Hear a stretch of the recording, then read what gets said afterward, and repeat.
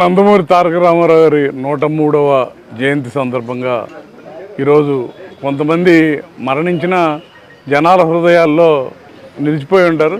దాంట్లో తెలుగు బిడ్డగా పుట్టినటువంటి నందమూరి తారక రామారావు గారు సినీ నటుడు కావచ్చు, రాజకీయ పార్టీ పెట్టి పేద బడుగు బలహీన వర్గాలకి సమాన అధికారం లేవచ్చు, స్త్రీ ఆస్తి హక్కులు అవ్వచ్చు, ప్రతిదీ కూడా ఇప్పుడు చెబుతున్న మాటల్లో ఆయన పార్టీ పెట్టిన 40 సంవత్సరాల క్రితమే స్త్రీలకి సమాన హక్కు కానీ, పేదరికం లేని సమాజం కానీ, ఇవన్నీ కూడా సమాన హక్కుల కోసం పార్టీ పెట్టినటువంటి మహోన్నతమైన వ్యక్తి.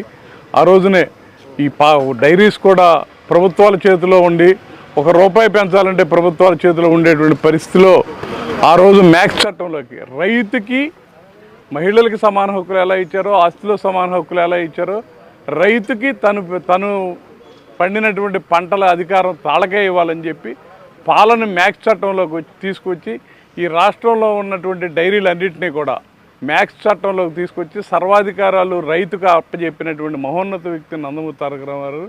ఆ ప్రతిఫలంగానే ఇవాళ కృష్ణా మిల్కీ నేను ఇవాళ టర్న్ ఓవర్ చేసిన రైతుకి ఇవాళ యుద్ధ సమయంలో అన్ని రేట్లు పెరుగుతూ ఉంటే రైతుకు పాల రేటు పెంచాం.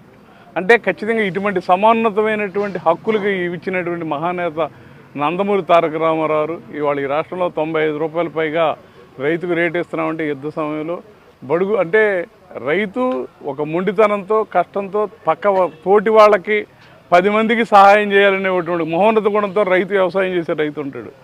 రామారావు కూడా ఆ రైతు కుటుంబంలో పుట్టాడు కాబట్టి ఆయన రాజకీయ నాయకుడిగా ఉండా, కళాకారుడిగా ఉండా, అవినిగడ్డ ఈ సమయాల్లో కూడా పెను తుఫాను సమయంలో సహాయం చేసిన ప్రతిదీ కూడా ఆపదలో ఉండటానికి ఏ వ్యవస్థలు అయితే ఉన్నాయో ఆపదలను కాపాడటానికి అవతారం ఎత్తినటువంటి యుగ పురుషుడు నందమూరి తారక రామారావు.